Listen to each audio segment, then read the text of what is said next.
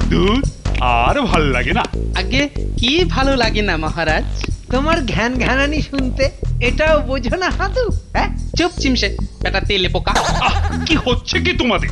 বলে কিনা আমার মনটা ভালো নেই, আর তোমরা খ্যাঁকশিয়ালের মতো তখন থেকে ঝগড়া করছো। মনটা কেন ভালো নেই সেটা বললে ব্যবস্থা করতে পারি মহারাজ। দূর দূর, ব্যবস্থা করবে যত সব ঘেঁচু কোথাকার। খেতে হবে মান কচু। চুপ! ব্যাপারটা গন্ডগোলের, সাবধানে সামলাতে হবে। মহারাজের মন খারাপ থাকলে আজ তাহলে সভার কাজ বন্ধ করে দিন, আপনি ঘরে চলে যান মহারাজ। ঘরে চলে যান। প্রতিদিন তো তাই করছি, ঘর থেকে সভা আর সভা থেকে ঘর, এই করে করেই তো যাচ্ছি।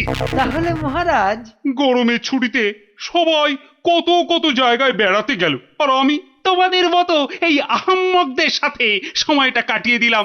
শুধু সভা থেকে ঘর আর ঘর থেকে সভা, সভা থেকে ঘর আর ঘর থেকে সভা। মহারাজ তুমি থামো গোপাল। হ্যাঁ মহারাজ, বলছিলাম সভা আর ঘর বাদ দিয়েও তো অনেক জায়গায় গেছেন। কোথায় কোথায় গেলাম? কেন, বাগানে পায়চারি করতে, মাছ ধরতে। বড় বাইরে ছোট বাইরে করতে। হ্যাঁ, বড় বাইরে ছোট বাইরে করতে। মানে তুমি একটা উজবুক। হ্যাঁ, মানে গোপালটা কথার মধ্যে না। আমি বেড়াতে যাব। আচ্ছা, আমরা তাহলে একটা জায়গা খুঁজি। হ্যাঁ, খোঁজো খোঁজো, কিন্তু কিন্তু মনে রেখো, ঠান্ডার জায়গায় গেলে রানীর দাঁতে ব্যথা হয়। তাহলে সমুদ্রের ধারে, না না, রানী আবার জলে ভয় পায়। তাহলে মরুভূমির দিকে উটের পিঠে চেপে। আহ, গরমে আমার খুব ঘাম হয়। তাহলে জাহান্নামে। আই, কি বললে মন্ত্রী? কই কই, কিছু বলিনি তো, কিছু বলিনি তো। হ্যাঁ, কিছু একটা বলেছই। কি হ্যাঁ হ্যাঁ, ওই জঙ্গলে জঙ্গলে। ঠিক ঠিক ঠিক, জঙ্গলে জঙ্গলে যাব। উফ, খুব বাঁচা বেঁচে গেছে। মহারাজ, আমি বলি কি, এই কৃষ্ণনগরের কাছেই যে জঙ্গল, সেখানে একটা ওই বাড়ি তৈরি করুন, ওটা হবে আপনার গ্রীষ্মাবাস। ঠিক ঠিক বলেছ, কৃষ্ণনগরেও থাকবো, আবার একটা বেড়াতে যাবার জায়গাও হবে। ওহ, ব্যাস, মন ভালো, এবার লোক লাগিয়ে দিন।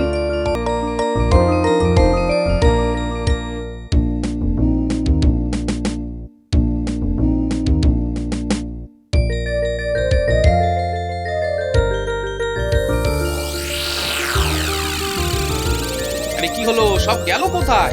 নাকি আমি তাড়াতাড়ি এলাম? না, একটু অপেক্ষাই করি।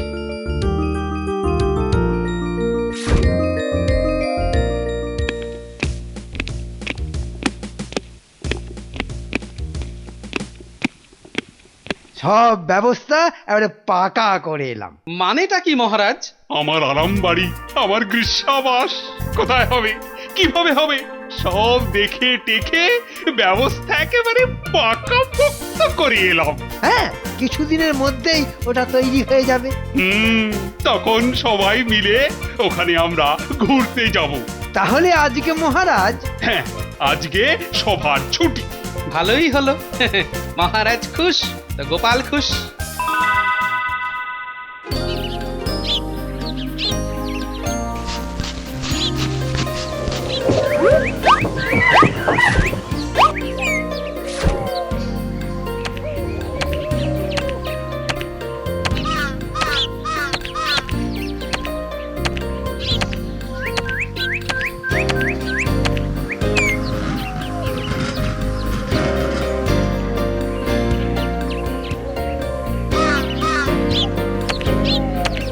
এই বাস্তুকার, বাস্তুকার পঞ্চা কোথায়?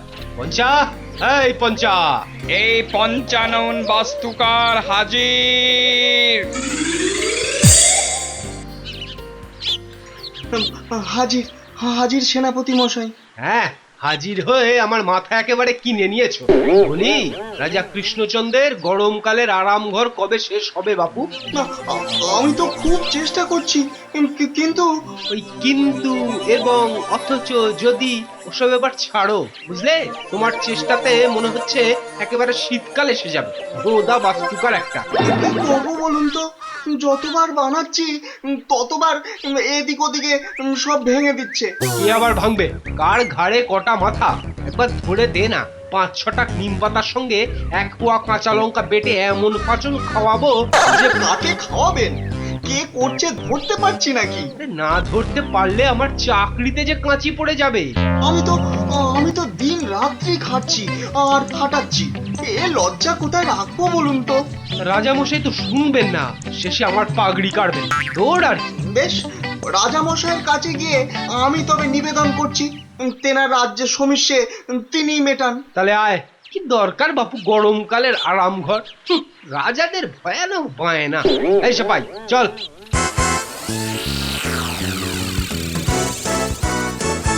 আহ, কি বলছো কি বলো তো বাস্তুকার, তুমি আমার গরমকালের আরাম ঘর বানাচ্ছ আর রোজ রোজ তা আবার ভেঙে দিচ্ছে।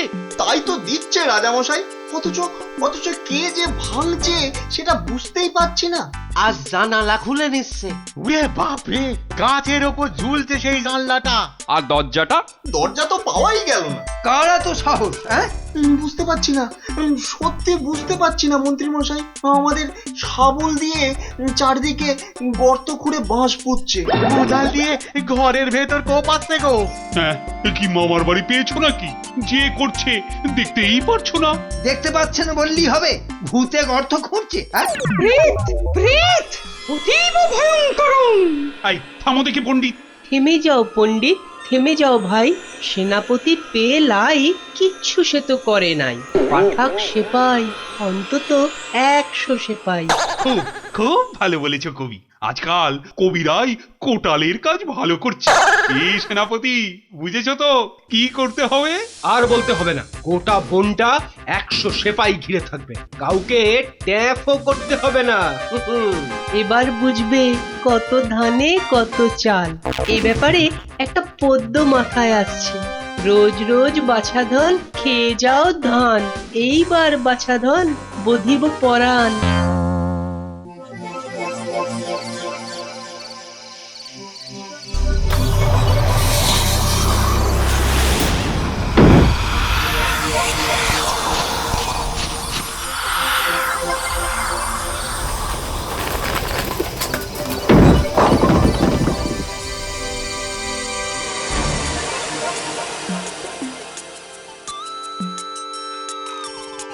কে সব চ্যাংড়ামো করছিস রে? হ্যাঁ, রাজা কৃষ্ণচন্দ্র ধরতে পারলে একেবারে ভেজে খাবে, এই বলে দিলুম। মনে হচ্ছে হাতি বা গন্ডার বা জলহস্তির সঙ্গে গঙ্গা পেরিয়ে? বাহ, তোর মাথা আর মুন্ডু একটা জলহস্তি গাছে উঠে জানলা দরজা ভাঙবে? কত ভাগা। মানে বলছিলাম কি, ওই তেনাদের কাণ্ড কারখানা হতে পারে কিন্তু কোতোয়াল মশাই। হতে পারে না। বনের মধ্যে ওনাদের নামে দোষ চাপিয়ে আমাকে ইয়ে করছে। না, রাজা মশাই তো রাগ হবেই, বলুন। আর বলে কি হবে? রাজা কৃষ্ণচন্দ্র এবার ক্ষেপে কাঁই হয়ে যাবেন। চাকরিটায় কাঁচি, কি অসভ্য রে বাবা।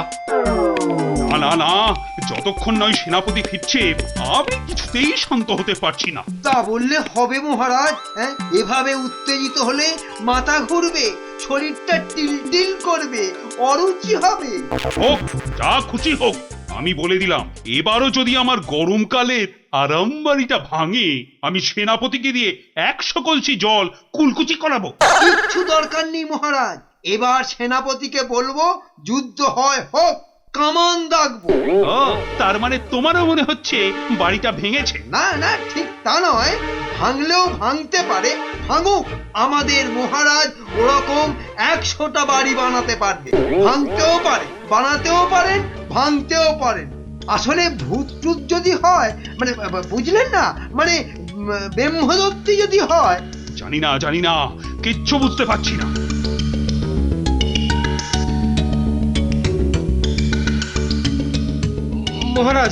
মহারাজ, এবারের কথা বিশ্বাস করবেন না। বাড়িটার মাথা একেবারে তুবড়ে দিয়েছে। হ্যাঁ, 100 পাহারাওয়ালা পাই সারা রাত পাহারা দিয়েছে, বিশ্বাস করুন। কোনো গন্ডার বা জলহস্তি বা হাতি? এটা কে রে? হ্যাঁ, কেষ্টনগরের বনে গন্ডার, জলহস্তি, হাতি আসবে? রম ছাগল। না না না না না না, রাম ছাগল নয়। জানি ওটা তোমাকে বলেছি, বুঝেছো? আমি বলছি ভূত ভূত, বেম্বদত্তি একটা। আহ, গোপাল গোপাল কই? আরে গোপাল কোথায়? গোপাল আপনার ডাকের জন্যে অপেক্ষা করছে মহারাজ। এই তো গোপাল। ওহ, মনে মনে তোমাকে যে কত ডেকেছি আর কোনো ঠিক নেই, বুঝলে গোপাল, মহা সমস্যায় পড়েছি যে। জানি তো মহারাজ, আপনার গরমকালের আরাম বাড়ি ভেঙে ভেঙে ভর্তি করছে। কিন্তু কে?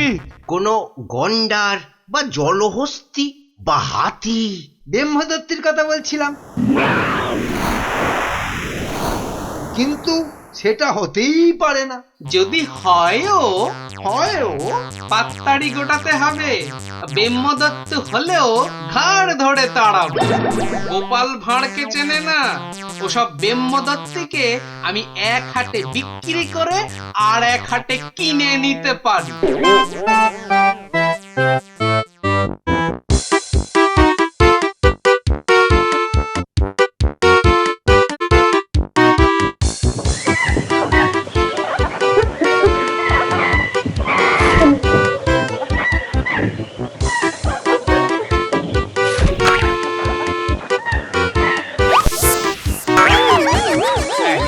কি হচ্ছে কি তোর? যা যা যা, ওদিকে যা, ওদিকে যা। কি আশ্চর্য, ভাঁড়মশাই কি একটু দেখতেও দেবে না? হ্যাঁ সেনাপতি মশাই, আপনারা সবাই এইখানেই থাকুন। হ্যাঁ, ও পঞ্চা ভাই, তুমি আমার সঙ্গে এসো দেখি।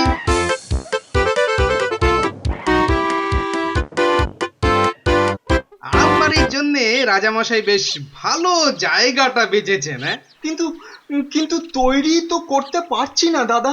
ঠিক হয়ে যাবে, বুদ্ধি থাকলেই ঠিক উপায় হবে। এদিকে আসুন, দেখুন দেখুন দাদা, দেখুন কিরকম দশা করেছে দেখুন। তুমি বসো বাপু, দেখি একটু।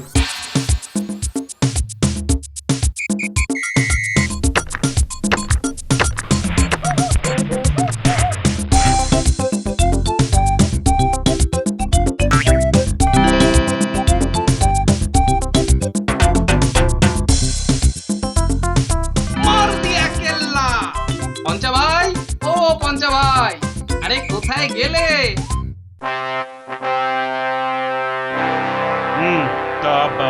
বাস্তুকার পঞ্চা কি বলছে গোপাল? তুমি আবার এই আরামবাড়ি সারাই করতে আদেশ দিয়েছো? আগে হ্যাঁ মহারাজ, এরপর থেকে আরামবাড়ি ভাঙতে আর কেউ আসবে না মহারাজ। তা কতজন সেপাই চাই তোমার? আমি তো সেনাপতি নই, কোতোয়ালও নই। আপনার রাজসভার ভাঁড় গোপালের সেপাই শান্তির দরকার নেই মহারাজ। একা রক্ষা করবে আরামবাড়ি? একাই ভালো, তবে এই পঞ্চা ভাইকে সঙ্গে নেব মন্ত্রী মশাই। এটা বড্ড বাড়াবাড়ি হয়ে যাচ্ছে না গোপাল? পদ্য করে বললে মরিবে গোপাল তুমি নিশ্চয়ই মরিবে, ব্রহ্মদত্তি আসি ঘাড়ে পড়িবে পড়িবে। করুক রাজকবি, তবে বলে দিচ্ছি 2 ঘন্টার মধ্যে ব্রহ্মদত্তি তার দলবল নিয়ে পালাবে। তারপর গোপাল, তারপর বাস্তুকার মশাই তার দলবল নিয়ে সারাই করবে, আর কাল সকালে যদি বাঁচে। বেঁচে আমি থাকবো পণ্ডিত মশাই। কাল সকালেই রাজা মশাই সকলকে নিয়ে আরামবাড়িতে সভা বসাবে। হ্যাঁ, কাল সকালেই? হ্যাঁ রাজা মশাই, যদি না পারি কথা রাখতে, আপনাকে আর এ মুখ দেখাবো না আমি। কৃষ্ণনগর ছেড়ে চলে যাবে? চলেই যাব। আজ নমস্কার। পঞ্চা ভাই চলো।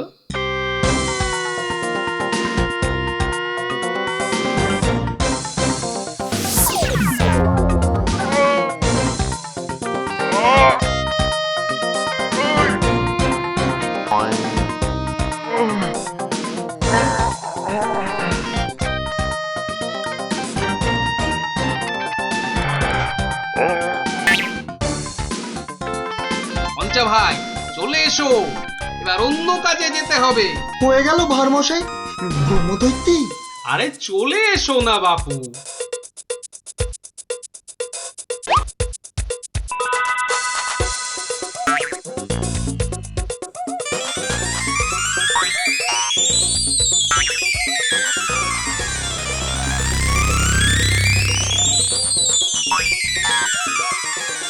তার